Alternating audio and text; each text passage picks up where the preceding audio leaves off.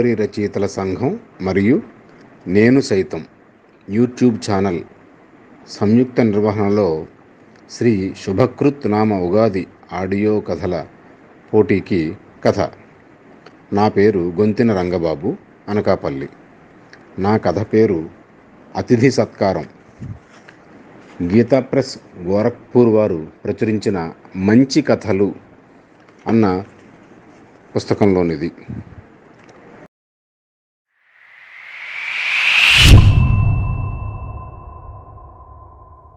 ఇది పురాణంలోని ఓ కథ. అడవిలో పిట్టలు పట్టి వాటిని అమ్మి పొట్టపోసుకునే ఓ మనిషి ఉండేవాడు. అతను వెదురు కర్రకు బంక పూసి చెట్ల మీదున్న పిట్టలను పట్టేవాడు. చలికాలంలో ఓ రోజున అతను పిట్టలు పట్టడానికి అడవికి వెళ్ళాడు. ఓ పక్షి కూడా దొరకలేదు. పాపం అతను అడవంతా గాలించాడు. పొద్దు గూకింది. అడవిలో చాలా దూరం వచ్చినందువల్ల అతను ఆ పూట అక్కడే ఉండిపోవాల్సి వచ్చింది. చీకటి పడింది. ఆ రాత్రి ఓ చెట్టు కింద గడపాలి అనుకున్నాడు. ఆ రోజు వడగళ్ళవాన కురిసింది. చలి గడగడ వణికిస్తూ ఉంది. పిట్టలు పట్టేవాడి దగ్గర కప్పుకోవడానికి ఎలాంటి బట్టలు లేవు. రాత్రి అడవిలో ఉండాల్సి వస్తుందని అతను ఏమైనా కలగన్నాడా? గాలి రివ్వురివ్వుమంటూ వీస్తుంది.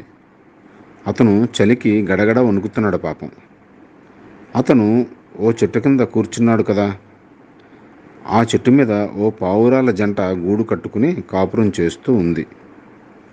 పిట్టలు పట్టేవాని దురవస్థ చూసి మగపావురం ఆడపావురంతో ఇలా అంది: ఈ మనిషి మనకు శత్రువు నిజమే, కానీ ఈరోజు మనకు అతను అతిథిగా వచ్చాడు. అతిథి దేవునితో సమానం. అతన్ని ఆదరించటం మన కర్తవ్యం. చలి మరింత ఎక్కువ అవుతుంది. అతను రాత్రంతా ఇలానే ఉంటే చలి బాధకు తట్టుకోలేక చనిపోవడం ఖాయం. అతను చనిపోతే ఆ పాపం మనకు అంటుకుంటుంది. మనం ఇప్పుడు అతన్ని చలి నుంచి కాపాడాలి. పావురాలు తాము కష్టపడి కట్టుకున్న గూటిని క్రిందికి పడవేశాయి. చిన్న చిన్న కట్టె పుల్లల్ని తమ ముక్కులతో కరుచుకొని వచ్చి క్రిందికి పడేశాయి. కొంచెం సేపు అయిన తర్వాత ఆడపావురం ఎగిరిపోయి ఎక్కడి నుంచో మండుతున్న ఓ చిన్న కొరివిని తెచ్చి ఆ కట్టె పుల్లల మీద పడవేసింది. కట్టె పుల్లలు రగులుకుని మండసాగాయి. పిట్టలు పట్టేవాడు మరిన్ని పుల్లలు, ఎండుకట్టెలు పోగు చేసి మంటలో వేశాడు. అతను చలి నుంచి బయటపడ్డాడు. పిట్టలు పట్టేవాడికి బాగా ఆకలి వేసింది. అతను మంట వెలుగులో ఏమైనా తినడానికి దొరుకుతుందేమో అని అటూ ఇటూ చూశాడు. అతను ఆకలితో అల్లాడిపోతున్నాడు. కడుపులో ప్రేగులు దేవుతున్నాయి. ఇదంతా చూసిన ఆడపావురం మగపావురంతో ఇలా అంది: అతిథి సాక్షాత్తు భగవంతుని స్వరూపుడు. ఇంటికి వచ్చిన అతిథుల ఆకలి దప్పులు తీర్చకపోతే వాళ్లకు పాపం వస్తుంది. ఇతను ఈరోజు మన అతిథి.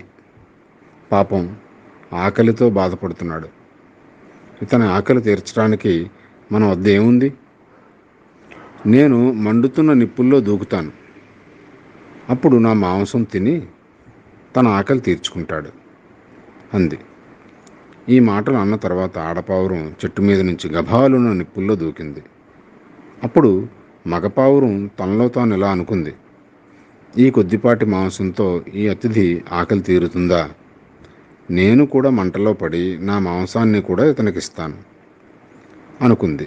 మరుక్షణమే మగపావురం కూడా మంటల్లోకి దూకింది. ఆకాశంలో దుందుబులు మురోగాయి. పూలవాన కురిసింది. దేవ విమానం పైనుంచి క్రిందికి దిగింది. 2 పావురాలు దేవతల వేషాల్లో దివ్యలోకాలకు వెళ్ళిపోయాయి. గొప్ప గొప్ప యజ్ఞ యాగాదులు చేసే చక్రవర్తులకు, కఠోర తపస్సు చేసే మహర్షులకు కానీ ఆ భాగ్యం కలుగదు. ఇందులో నీతి ఏమిటంటే, అతిథి సేవ స్వర్గానికి త్రోవ.